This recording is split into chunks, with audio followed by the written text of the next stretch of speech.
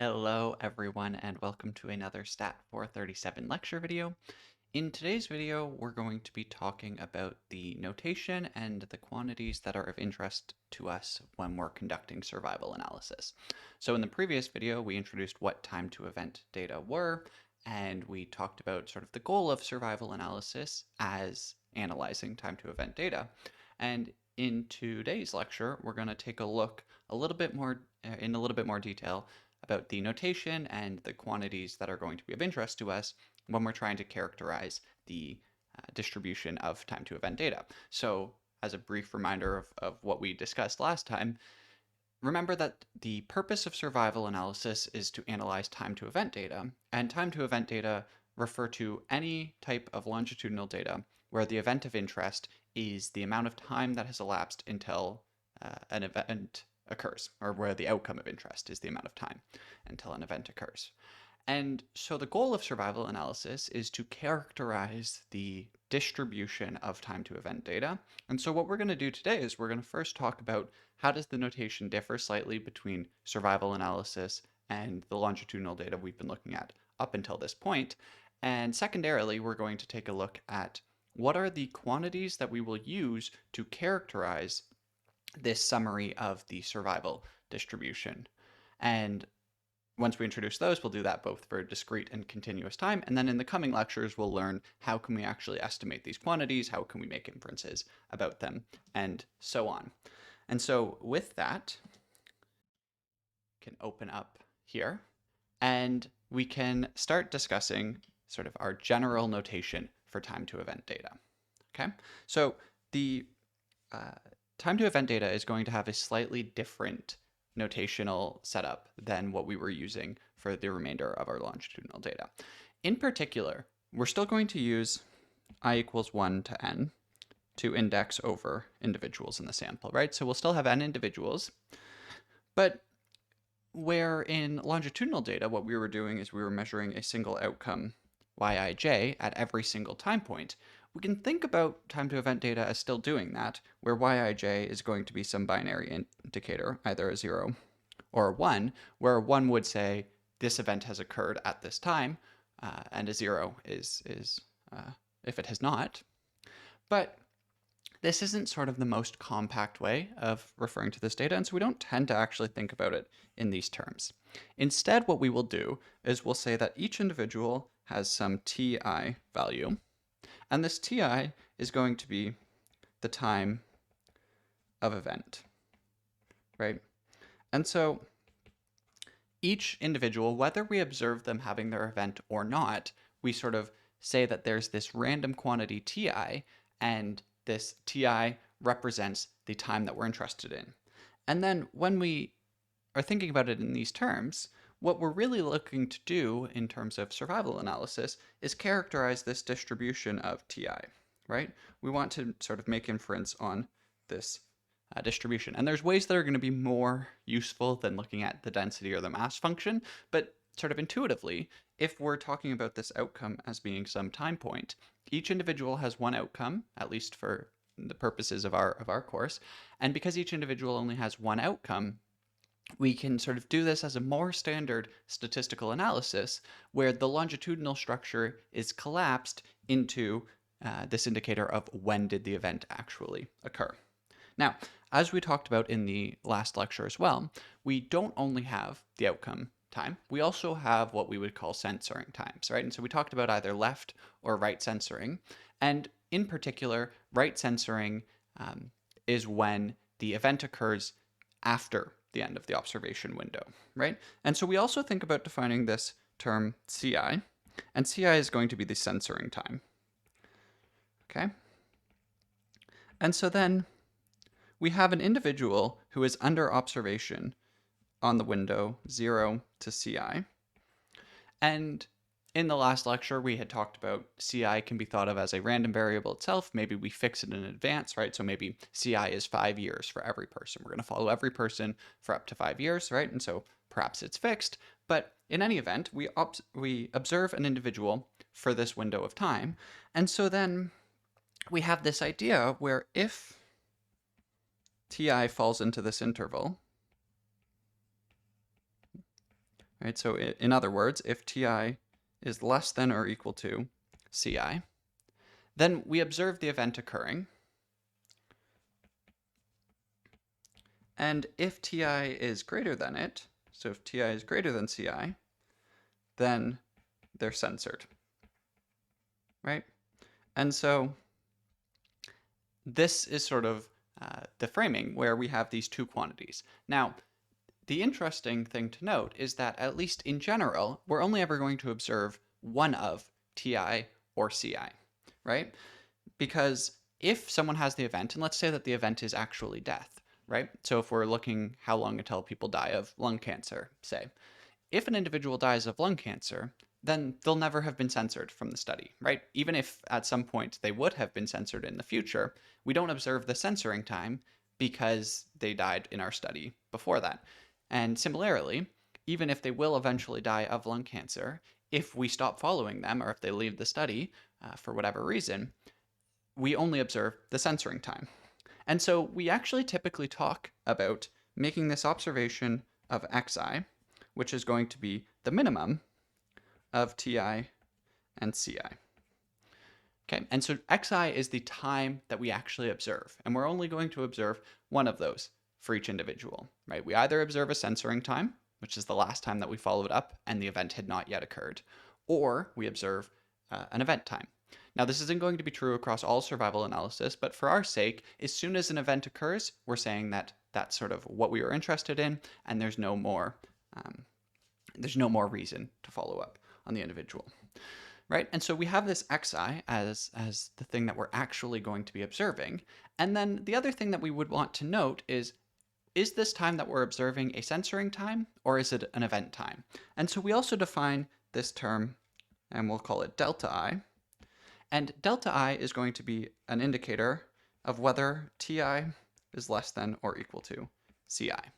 Okay, and so delta I will equal 1 if it's an event time, if xi is an event time, and it equals a 0 otherwise.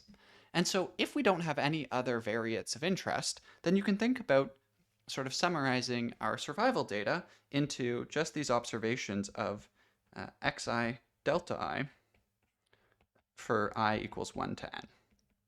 And this sort of fully summarizes what we care about in terms of it. And then the goal is to ultimately figure out the distribution of Ti.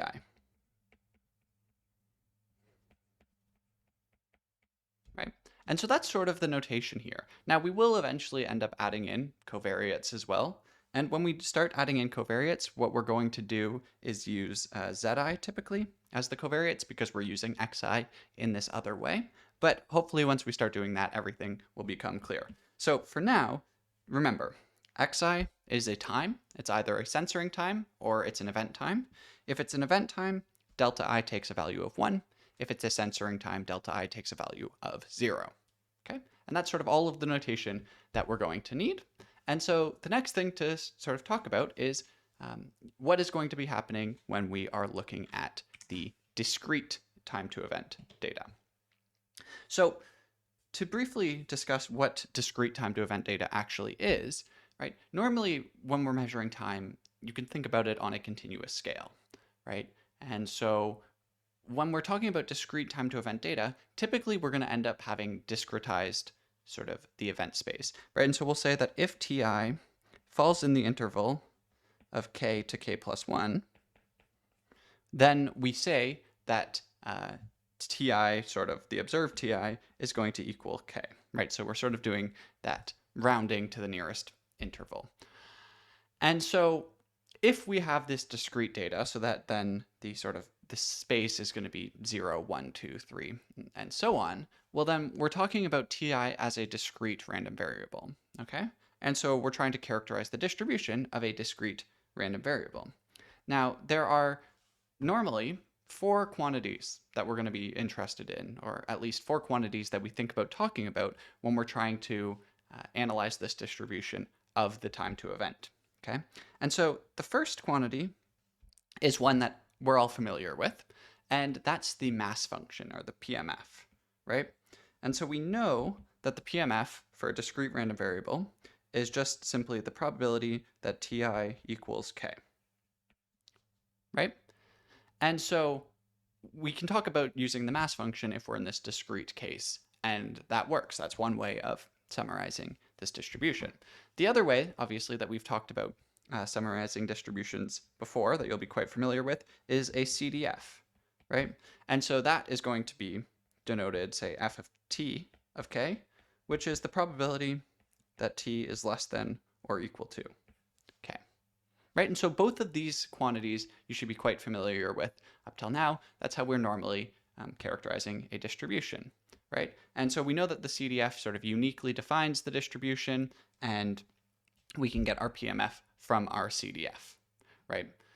Now, the two new quantities, and the ones that we're actually going to be more interested in, are sort of survivor analysis or survival analysis specific. Now, you could compute them for any distribution, but we're going to take care of them specifically. And that's because normally our question's not what is the probability that that survival happens before some point, which is what the CDF gives you, but it's typically what is the probability that you survive beyond a certain point, right? That's sort of normally what we would care about. You'd want to know in a cancer trial, what's the probability that treatment prolongs your survival by some amount. And so instead of the CDF, oftentimes we would care about the survivor function.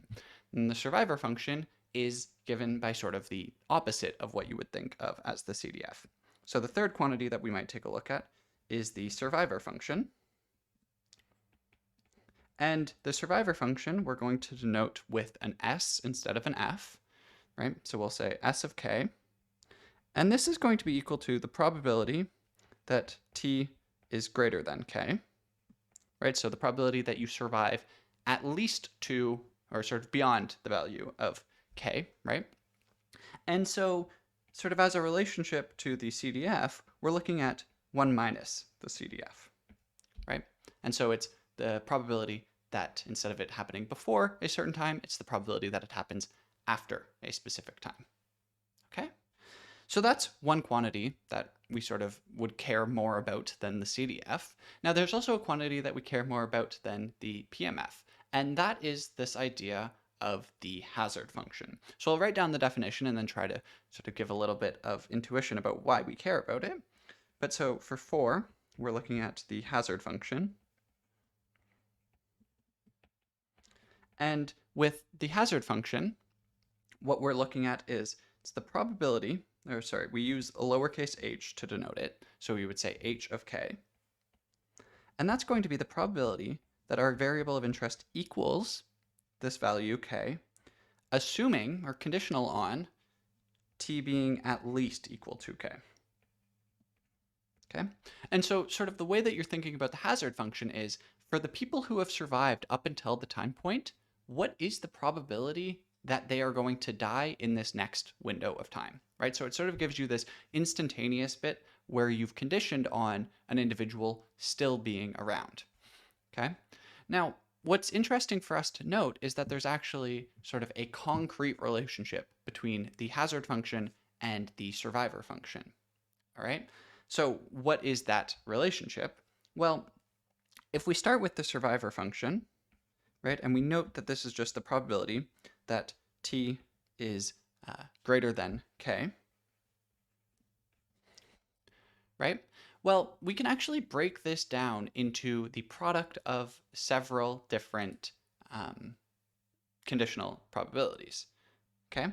And so that's going to be sort of the product or the probability that t is greater than k given t is greater than or equal to k times by the probability that t is greater than k minus 1 given t greater than or equal to k minus 1, and so on, all the way down to the probability that t is greater than, I guess, say greater than 1 given t greater than or equal to 1, right? And so if you think about this, this is sort of a similar thing to what we were doing when we were talking about transition models, where the basic idea is that to be greater than k, we know that we need to be greater than everything less than this, and so we could write this greater than k as the joint distribution. This is going to be the same thing. It's greater than k greater than k minus 1, etc.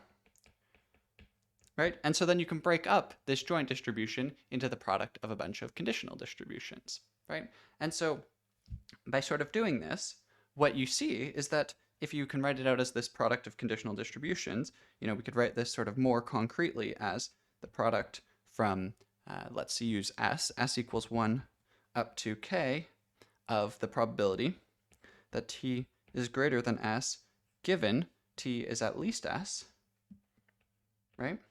Well, this term right here is actually equal to 1 minus the hazard function of s. And to see this, go back up to the definition here.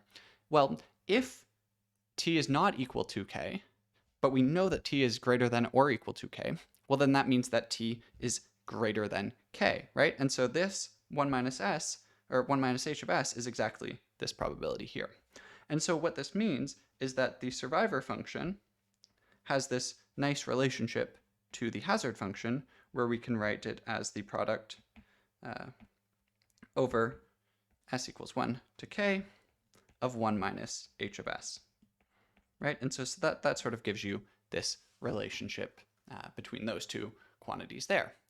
Now, because of that sort of unique defining relationship, we can also get the survivor function back out from a hazard function, okay? And so the way that we would go about doing this, and you can sort of work through the details of this yourself, h of k is going to be 1 minus, and then it's going to end up being s of k divided by s of k minus 1.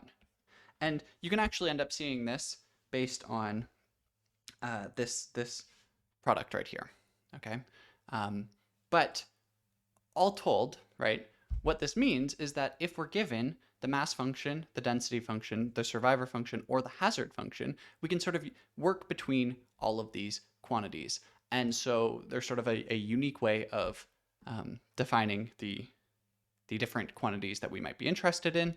And so because of that, we sort of are in this nice situation where we can talk about using the hazard function, or we can talk about using the survivor function, and we know that we're sort of doing the same thing that we were when we were talking about the mass function or the distribution function, but we're sort of able to do this in a way that more accurately characterizes the types of things that we care about with the distributions.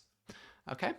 And so then, beyond just discrete, we also want to talk about the continuous time relationships. And the same types of quantities are going to be available, but we need to sort of be more careful about our definitions in the continuous time case. So first, instead of a PMF, we have a PDF, right? And so normally, we write the PDF as lowercase f of t. And we know that that's sort of defined as the density around the event of interest, right? So you can write this either as sort of the derivative with respect to, say, t of f of t, where this is going to be the CDF, which will be point number 2, which is the same thing as saying sort of the limit as delta t goes to 0 of the probability that t less than or equal to t, which is less than or equal to t plus delta t, all divided by delta t, right? And so if you take that limit as it goes to 0, I guess technically people would normally want to write this as a strict inequality here, though of course when we're dealing with a continuous variable it doesn't actually make any difference, but so it's sort of the continuous time analog. You've all seen this a lot, right? And you've also all seen the CDFs lots, right? Which we will just, for completeness, write out here, but that's going to be the probability that t is less than or equal to t. Okay, so the survivor function ends up being defined in a similar way, right? An easy enough way to do exactly what you would think. We have the survivor function, and here we're going to be looking at, again, s of t. We define it to be the probability that t is greater than little t, which is still just 1 minus the CDF. Okay, so those first three sort of map on exactly as you would think. So the only thing that we have left to do is to discuss the continuous time hazard function. And if we look at it, if we look at what we defined it in the discrete time case, The problem is that with a continuous time random variable, this value here is always going to be 0, right? It's never going to be sort of a well-defined quantity, but we can get at the same sort of idea, right? And the way that we're going to get at the same sort of idea is sort of exploiting this idea with density right here, okay? So in the continuous time case, we can look at the hazard function. And this is going to be given by, once again, we'll use the h of t as the notation. And for this, what we're going to look at is we'll take the limit as delta t goes to 0. And here what we want is the probability that t is less than or equal to t, which is less than or equal to t plus delta t. And here we'll condition on t being at least as large as little t, right? And then we scale that by this difference here.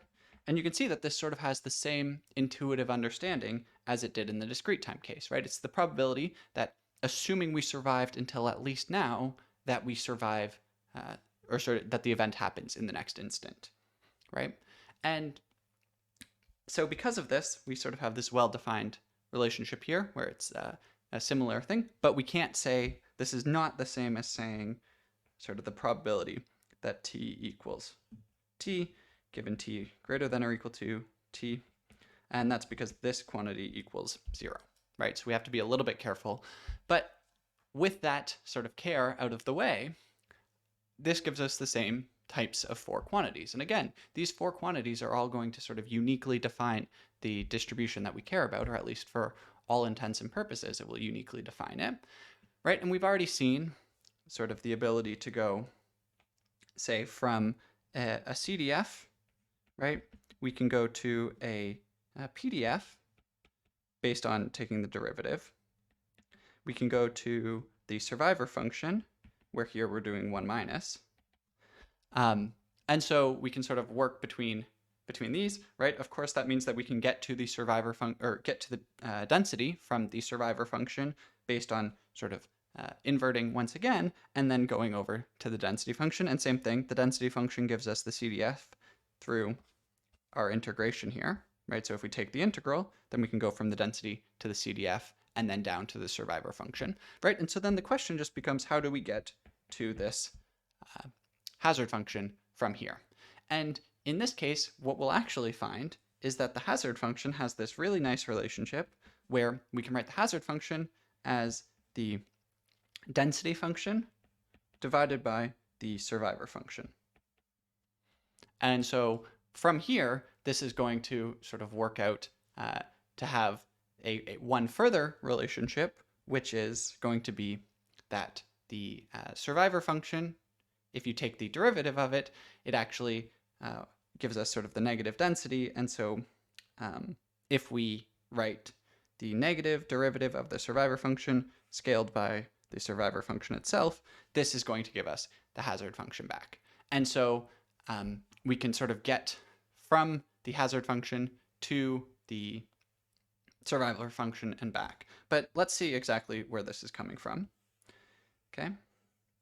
So the first thing to note is that if we write out this definition here, my apologies, if we write out the definition of the hazard function, right, we starting with, say, h of t is the limit as delta t goes to 0 of probability that t less than or equal to t less than or equal to t plus delta t given t greater than or equal to t divided by delta t, right? So this is how we've defined this quantity, right? But we could think about doing this, sort of explicitly writing out what this conditional is, where we know that any conditional probability is the joint probability divided by the marginal, right? So this is going to be the limit as delta t goes to 0 of probability that t falls inside of this interval from t to delta t, and t is greater than or equal to t, divided by the probability that t is greater than or equal to t times by, we still have that delta t in the denominator there, right? And so 1 over this quantity here, because we're looking at a continuous variable, is actually 1 over the survivor function, right? And then also note that this joint event here, if we know that t is in this interval between t and t plus delta t, well, then we also know that this has to be true, right? So this joint expression is the same as the marginal expression of just this first event. And this quantity in the bottom is exactly equal to the survivor function. So this gives us the limit as delta t goes to 0 of the probability of just that first event happening, less than or equal to t, less than or equal to t plus delta t, divided by delta t. And then just to make things clear, I'm going to write this as 1 over the survivor function, where that's giving us that, right? But now this first term is exactly equal to the density, right? So this whole chunk right here is exactly the density. And so this gives us this density divided by the survivor function. Okay? Now, if we want to know how do we sort of take that the one step further, well, do recognize that we know that f of t is equal to 1 minus s of t, right? And so sort of by the exact same rationale here, we have s of t is equal to 1 minus f of t.